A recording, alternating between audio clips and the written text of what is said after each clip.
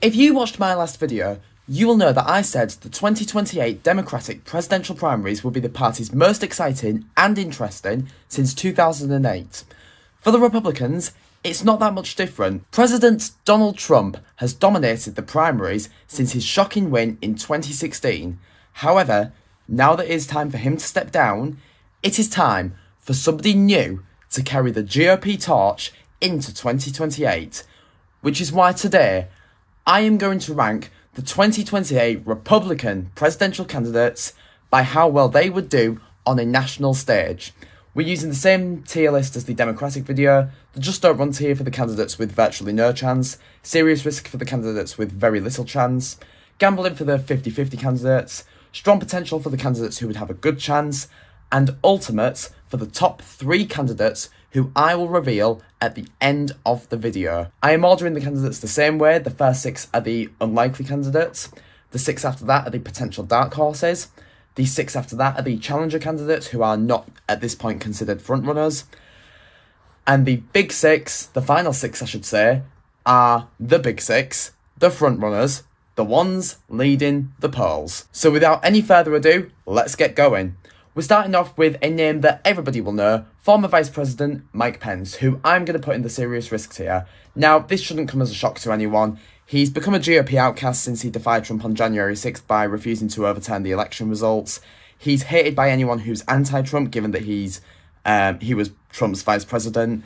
And realistically, he's not really been relevant since he stepped down as VP. He did have a presidential run running for the Republican nomination in 2024, but this only lasted 4 months. He didn't make it to voting, and he only appeared in like 2 or 3 debates. So on the national stage, Pence would not do well at all. Next up is someone with the same problems as Mike Pence, former New Jersey Governor Christie, who joins him in the serious risk tier. Now, you do have to give Christie some credit. He was able to win New Jersey when it was a deep blue state and won it by, I think, about 20 points in his re-election bid. But, like Pence, he's become a GOP outcast. He's become strongly anti-Trump now. He ran in 2024 just like Pence did, had a pretty embarrassing campaign and didn't make it to voting. And he's just struggled to remain relevant since he stepped down as governor of New Jersey. So, pretty weak candidate. Next up is one of Trump's children, Eric Trump, who a lot of people would say is a pretty strong candidate given that he could continue the, as Eric has put it, the Trump dynasty. I disagree. I think he'd be a pretty weak candidate, which is why I'm putting him in the serious risk tier. Yes, he could continue the Trump dynasty. He does have the Trump name recognition. And he could continue the MAGA movement. But we don't know if that's going to be something helpful or a liability in 2028. And a lot of it depends on how the current Trump administration goes. At the moment, it's not looking well. And then for Eric's downsides, he's a Nepo baby. He's got no political experience. He doesn't have Trump's charisma. And if anyone is the natural heir to Trump, it's Donald Trump Jr. And before him, when she was still politically active, it was Ivanka, not Eric. Next up is someone who, without any shock, goes in the Just Don't Run tier, former Congresswoman Marjorie Taylor Greene. Now, there are several reasons why she would fail on a national stage. The main 2 being that she's far right and that she's a conspiracy theorist. She would absolutely get killed amongst independents and amongst swing voters. And she has become a GOP outcast in recent months after she tried to get the Epstein files released, which she succeeded in along with many other members of Congress. But Trump turned on her, removed his endorsement of her, called her Marjorie Taylor Brown because grass turns brown, yada, yada, yada. And she's now stepped down from Congress and has started speaking out against both Trump and the MAGA movement. So she will fail to unite the base behind her, and she'll fail to unite anyone behind her, basically. Next up is a interesting candidate, former Fox News commentator Tucker Carlson. So what makes him interesting is that he is not a politician, and that could give him a bit of an edge, given that he could present himself as this outsider who's not been corrupted by DC, or as Trump calls it, the swamp. But realistically, he is just a commentator, and I know you could say Trump didn't have any political experience. Tucker Carlson is not Trump, and given that he was sacked by Fox, I think a lot of people will see him as the guy who was like too insane for Fox in a way, too insane for Fox News. So I think he'd be a very weak candidate, and he's going to join Marjorie in the bottom tier. Next up is another interesting candidate in Director of National Intelligence, Tulsi Gabbard. What makes her an interesting candidate is that not only did she used to be a member of the Democratic Party, but not only did she represent the Democrats in Congress for 6 years. She ran to be the 2020 Democratic nominee to go against the incumbent at the time, Donald Trump. Isn't that shocking? And now she's working for him in his administration. So being an ex-Democrat, that could go two ways for Tulsi Gabbard. Some people might see her as someone who put country before party. Others, like me, could see her as someone who is a bit of an opportunity politician, and that won't be helped by the fact that she got a job from Trump after endorsing him. And given that she's spoken out in favour of the Venezuela operation, given that her whole 2020 campaign was about non-interventionism and anti-regime change, I think a lot of her credibility has been damaged, which is why, despite the fact that she used to be in the gambling tier for me, I'm going to have to put her in the serious risk tier.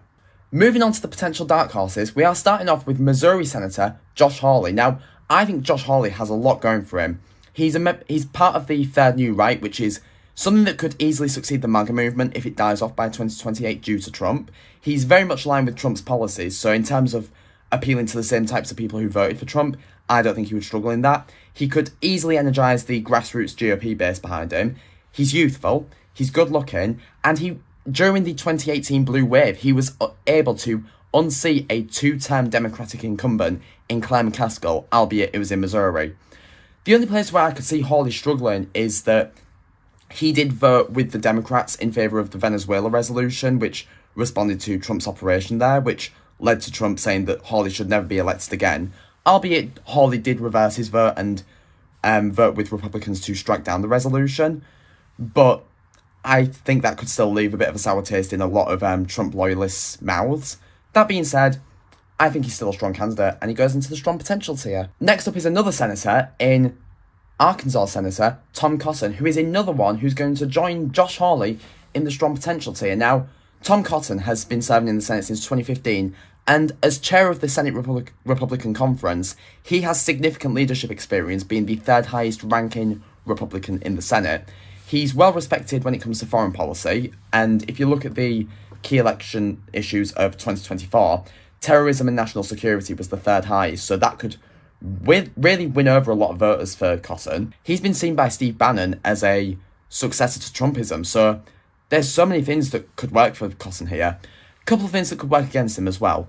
One of which is that he doesn't really have much charisma. He's quite uninspiring in the way that he talks. And whilst he is respected on foreign policy, it is very hawkish, which amongst non-interventionists and America First voters might not be as popular and might sway them away from Cotton. But I don't think they'll ground him down too much. And another issue is that he looks a bit like Pee Wee Herman, but I mean, come on, that's not going to affect him much. So, strong candidate overall. Next up is Sarah Huckabee Sanders, someone who has a lot of things working for her, but also a lot of things not working for her. So, she's the former White House press secretary, the second person to serve under Donald Trump. She's now the governor of Arkansas, a position that her father, Mike Huckabee, used to hold over 10 years ago. And the things that will work for her is that she's been seen as a rising star within the GOP, probably boosted by the fact that she was Trump's press secretary. She's well aligned with the MAGA movement. Whether that will work well for her or not, I guess we'll find out. She's got a bit of a humble family image, which she touched on during her 2024 RNC speech. And in February 2022, unfortunately for Sanders, she did have a battle with thyroid cancer, which she was able to overcome. That's not the unfortunate part, by the way. The unfortunate part is that she had cancer. And that gives her a bit of like a politician's personal story, a bit of a fighter story, which could help her come across as inspiring, especially to people who've lost people with cancer or had family members and friends with cancer. But where it could go bad for Sanders is that she does have a bit of an unwelcoming face. I mean, if we just open this right here, and then this one here, I feel like a lot of people are going to look at her and think, she's a bitch. Not that they should, but I think kind of like just her facial expressions and the way she presents herself could give people that impression. On top of that, listening to her is like nails on a chalkboard. She does say some nice stuff in her speeches, but she isn't the greatest to listen to. And as I said earlier, she's the daughter of Mike Huckabee, someone who used to hold the position she now holds. So like Eric Trump, like Donald Trump Jr., she is a Nepo baby. So that being said, pretty middle of the road candidate, and that's why she goes into the gambling tier. Next up is Interior Secretary Doug Burgum, who is another one that I'm going to put in the gambling tier, but for very different reasons to Huckabee Sanders. Burgum is from the more moderate end of the GOP. He's from that old 2010s establishment that's kind of like died off now. You know, the one represented by people like Mitt Romney and John McCain. But he is still quite close to Trump, given that he's his Interior Secretary. This comes even after he ran to be the Republican nominee in 2024, going against Trump. Like Pence and like Christie, he did not make it to the voting. On top of the fact that he's got executive experience as Interior Secretary, he had 8 years as Governor of North Dakota before taking up this position. So he does have a lot of experience, and he does have moderate appeal, which could bring old Republican voters back to the GOP after they've stopped voting for them because of the rise of Trump. Where it could go wrong for him are a couple of things. One is that establishment that he represents is kind of dead these days. Another one is that he's not the most recognisable among these candidates. And given how pro-business he is, I think a lot of working class voters that people like Trump have been able to attract will just be immediately disillusioned again. So I don't think he's the strongest candidate at all, but not the weakest candidate either. Someone who I would say is a weak candidate is RFK Jr., the health secretary. So he goes bottom of the list, just don't run. And I think it's pretty obvious why. I won't dwell on him too much. Ex-Democrat, so the Republicans won't trust him. Conspiracy theorist, and the raspiest voice I've ever heard in my life. That's all I'm going to say. Next up is Kentucky Senator Rand Paul, who's been serving in the Senate since 2011 and has recognition from running for president in 2016. However, I don't think Rand Paul will be a strong candidate for several reasons. One is that he's a big libertarian outsider within the Republican Party, which I don't think Americans are going to be attracted to, given that a lot of them need government help in terms of the cost of living and inflation. And on top of that, he's become a GOP outcast. Trump really hates him. He said he should never be elected again over stuff like the Venezuela resolution and the budget, which led to the government shutdown, which in both, Rand Paul voted with Democrats. And Trump's even gone as far as calling Thomas Massie Rand Paul Jr. as an insult. So Rand Paul, I think, would be a serious risk candidate. He won't be able to unite the base behind him, and he won't be able to attract any votes at all. Many votes at all. Moving on to the challenger candidates, we're starting off with a very controversial name in Homeland Security Secretary Kristi Noem. Now, on paper, Kristi Noem looks to be a good candidate. She has extensive executive experience serving as Homeland Security Secretary and also 6 years as Governor of South Dakota. And before that, she also had 8 years in the House of Representatives. She's quite good looking, she's a decent communicator, and she's well aligned with the MAGA movement. But the controversies surrounding her are quite obvious. First of all, there's the dog killing scandal, which she bragged about, and that's kind of what took her off the VP contention list for Trump. Had it not been for that, I think she could have been the VP pick over JD Vance, but that's just me. And the other really obvious one is all the scandals surrounding ICE. Obviously, she's the head of Homeland Security, so she's at the forefront of all of that. And with the killings of Alex Pretty and Renee Good, and calls for her to be impeached, she's going to be under so much scrutiny. She already is under scrutiny, I should say, and that is not going to get any better. It will get worse if she's the presidential nominee in 2028. Which is why, whilst I had her on the higher end of serious risk at first, she's now in the bottom tier. Just don't run, Kristi. Next up is Governor of Georgia, Brian Kemp. Now, I think Brian Kemp has a few good things going for him. First of all, he ranks 8th amongst the most popular governors in America according to the Morning Consult Pro poll. And if we don't include safe state governors, he's the 4th most popular. That is very impressive. On top of that, he was able to stand up to Trump in 2020 over the election results. He refused to overturn Georgia's results, in which voters voted for Joe Biden. And Trump seems to have forgiven him over that, given that he re-endorsed him for Governor of Georgia in 2022. And so I think Kemp would be able to win back a lot of voters that I've talked about before who kind of left the Republican Party and stopped voting for them because of Trump's fraud claims, because of just Trump in general, and because of things like January 6th. But where I could think it could go wrong for Kemp is he isn't the most charismatic, and by no means is he moderate. I mean, I'm just going to show you a segment of one of his campaign ads from 2018. I got a big truck, just in case I need to round up criminal illegals and take them home myself. Yep, I just said that. Yeah, so if that controversy re-arises, that could spell out some trouble for him. That being said, I still think he's one of the strongest candidates here, and so he goes into the strong potential tier. Next up, he's Governor of Texas, Greg Abbott. So Greg Abbott, again, has a few good things going for him. Despite the fact that he's amongst the top 10 most unpopular governors in America, he maintains a double-digit net approval rating of 11%.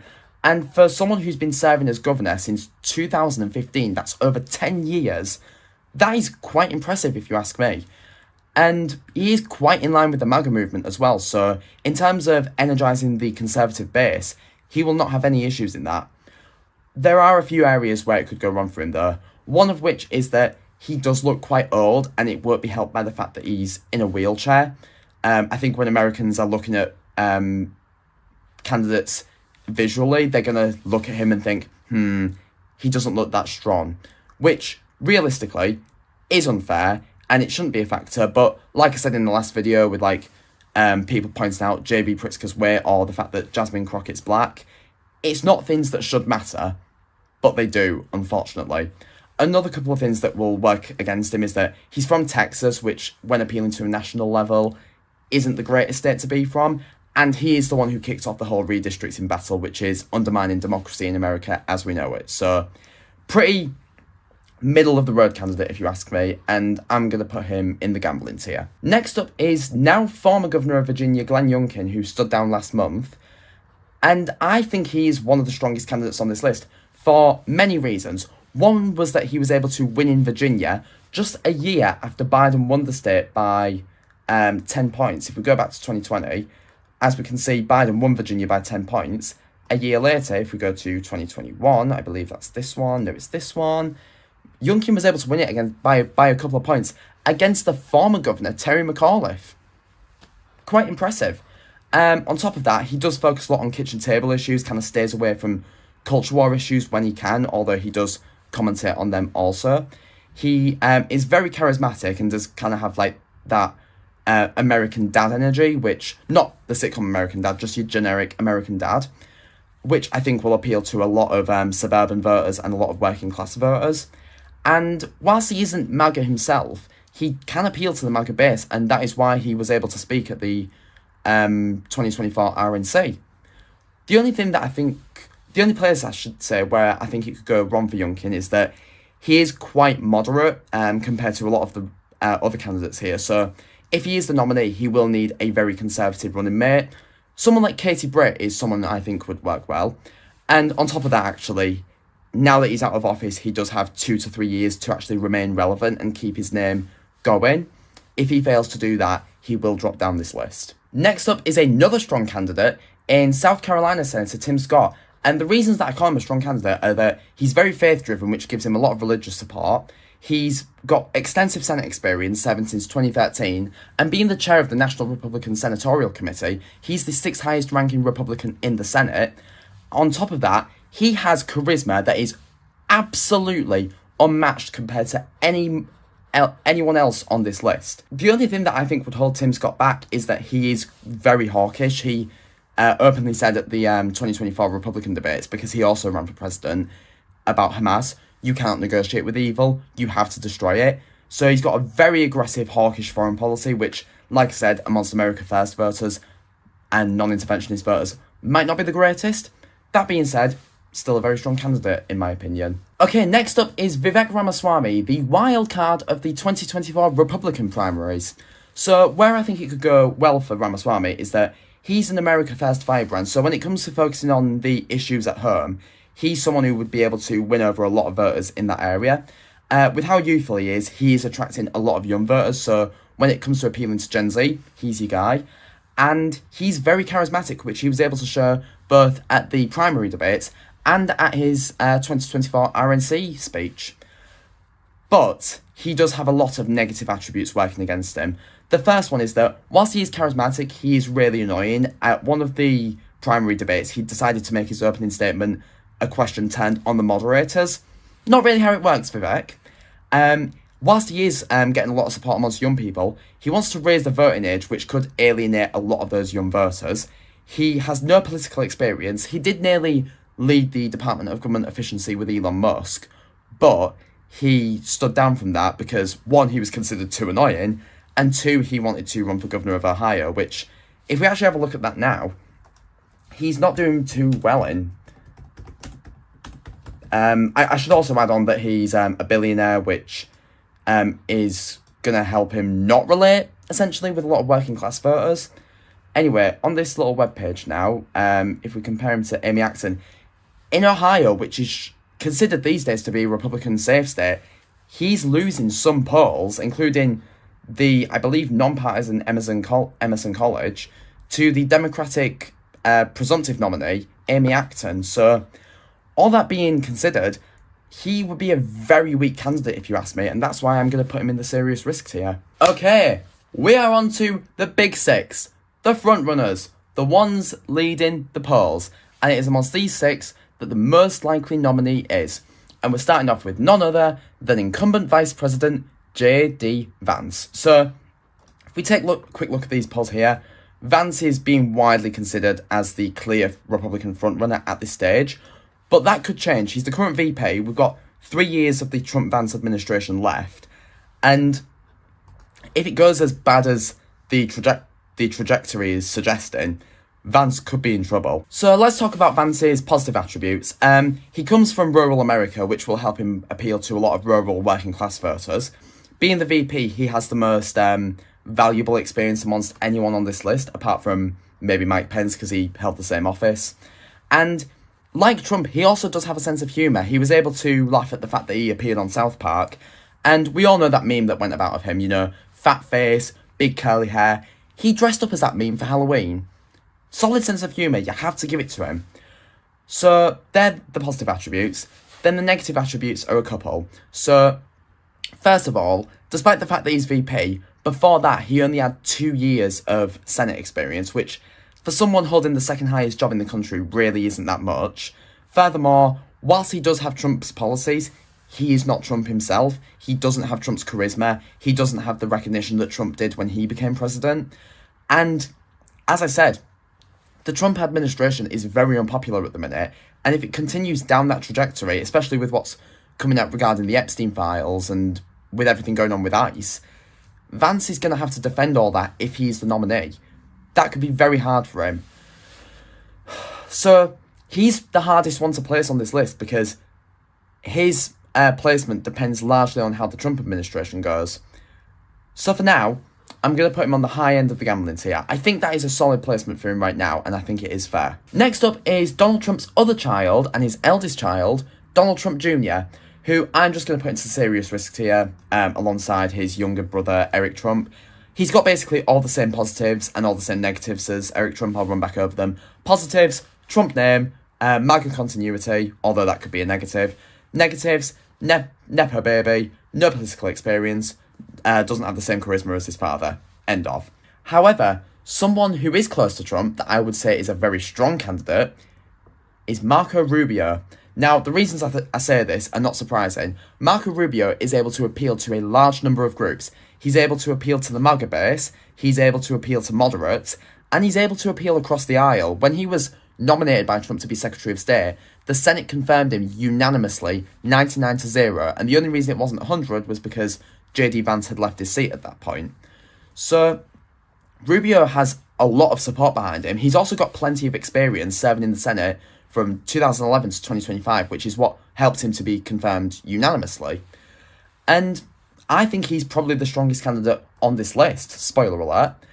The only thing that I would say could work against him is that, a couple of things actually. One, he is very hawkish, and two, if there's any big foreign controversy that is similar to what Hillary Clinton had with things regarding Benghazi, that could damage his credibility a little bit. But right now, it all looks good for little old Marco. Next up is Governor of Florida, Ron DeSantis. Now, for this, I want to give you a little bit of a Florida history lesson. So, we're going to go back to 2010, when the new governor of Florida, Rick Scott, who's now the senator from Florida, won the state by 1.1 points. 4 years later, he also won it by 1.1 points. Florida was a swing state at this point. 4 years later, he was forced to step down, and the Trump-endorsed Ron DeSantis won it by only half a point. But 4 years after that, he won it by nearly 20 points. That is impressive. And if we align this to a presidential level, going back to 2012, Obama won Florida by about a point. 2016, Trump won it by 1.2 points, if it'll show. There we go. After that, 4 years after that, Trump won it by 3.4 points. And then 2 years after DeSantis won it by 20 points, Trump won it by 13 points. This is a state that used to be considered a swing state. This is what led the 2000 election to go to the Supreme Court. Oh, did not mean to do that. But given that Ron DeSantis has been able to take a swing state in Florida, a very significant swing state worth about 30 electoral points, and turn it into a Republican stronghold, is impressive. More impressive than Glenn Youngkin winning in Virginia, Brian Kemp winning in Georgia, or anything like that. And on top of that, he's got a decent governing record in Florida. He's very much aligned with the MAGA movement, with his new right style of populism, similar to that of Josh Hawley. And he has a decent bit of charisma as well, if you ask me, despite the fact that he was seen as quite awkward at the 2024 debates when he ran against Trump to be the Republican nominee. Where I think it just could go wrong for him is that he is a very big culture warrior, and a lot of people within the GOP don't like him because he tried to run against Trump. That being said, I think Trump has forgiven him, given that he let DeSantis speak at the RNC. And so I think DeSantis would be a very strong candidate for Republicans. Strong potential. Next up is former UN ambassador and 2024 Republican runner-up, Nikki Haley. So I would probably put Nikki Haley in the gambling tier. So the positive attributes that she has is the experience she has as former UN ambassador and former governor of South Carolina, on top of the fact that she is one of the more moderate Republicans on this list, and she would be able to win back a lot of old Republican voters that stopped voting for the party because of the rise of Trump. Where I think it could go wrong for her is she is very hawkish. As I think I said before, I'm not sure if I did, Rand Paul launched an anti-endorsement against her called Never Nikki because of how interventionist she is with foreign policy. She has turned away a lot of people within the GOP because she tried running against Trump, although I think Trump has forgiven her because she did speak at the RNC. And given how inconsistent she's been on Trump, I think that will spell out a lot of issues for her on a national level. She went from saying Trump cannot be our nominee to then, as I said, speaking for him at the RNC. And she's just not really been relevant since 2018. I think her 2024 run was the only relevance she had, really, and it really wasn't that much. I mean, in Nevada, she literally lost to none of these candidates. So I think a mid-tier candidate or a mid-tier placement makes sense for Nikki Haley. Next up is Ted Cruz, the senator from Texas and the 2016 Republican runner-up. So Ted Cruz has a lot of good stuff working for him. He is very much aligned with Trump, which is probably what helps him to be the runner-up in 2016. He's got some decent Senate experience, serving since 2013, I think it is. He's very charismatic, and he would have a lot of religious support as he is part of the religious right. But where it could go wrong for him are several things. One is that he's not very popular within the GOP. He's not an outcast by any means, in the same way as Marjorie Taylor Greene or Rand Paul, but not many people in the GOP like him. He nearly lost Texas in 2018, albeit it was in a blue wave, but this is Texas we're talking about, and he nearly lost it to Beto O'Rourke, the former congressman. And on top of all that, he's not really been relevant since 2016. I know I've been talking about relevance a lot, but realistically, if your name's not out there and you've just appeared out of nowhere, it works if you're like new and fresh, but Ted Cruz isn't, which is why I don't think he would be a very strong candidate at all. And it's why he goes, again, into the gambling tier. Okay, we are at the end of the video, and it is time to reveal my 3 ultimates. And they are Secretary of State Marco Rubio, former Governor of Virginia Glenn Youngkin, and Governor of Florida Ron DeSantis. So why in this order? So third place for Ron DeSantis. As I said, a lot of people in the GOP may not like him and may fail to unite behind him, especially the Trump ultra-loyalists. And that is on top of the fact that he's a very big culture warrior and might not focus enough on issues that actual Americans are voting on. Glenn Youngkin, he would be the strongest candidate here if it wasn't for Marco Rubio. He just doesn't have as much recognition or experience as Rubio does.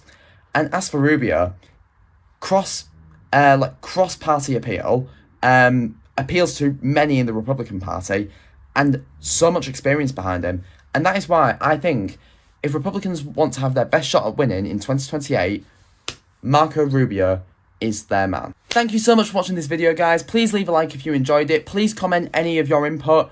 Are there any placements that you disagree with? Is there anyone on this list? Is there anyone not on this list that I should have included? Who do you think would be the best candidate for Republicans in 2028? And what videos would you like to see from me soon? Please leave them in the comments, subscribe if you haven't already, and I'll see you in the next video.